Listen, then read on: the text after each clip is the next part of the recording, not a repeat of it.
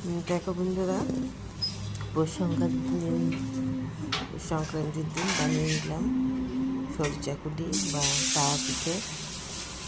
আমাদের বাড়ির এটা একটা রিচুয়াল বলতে পারো। পৌষ সংক্রান্তির দিন আমরা এই পিঠে খেয়ে থাকি। আমি বাইরে থাকলেও কিন্তু তার অন্যতা হয় না। আমাদের বাড়িতে লক্ষ্মী পুজো হয়, ইটু পুজো হয় সেদিন, এবং আমি বাইরে থাকলেও আমি কিন্তু বানিয়ে খাওয়াই বাড়ির সবাইকে। সব কিছুই করতে ভালোবাসি, খেতেও ভালোবাসি।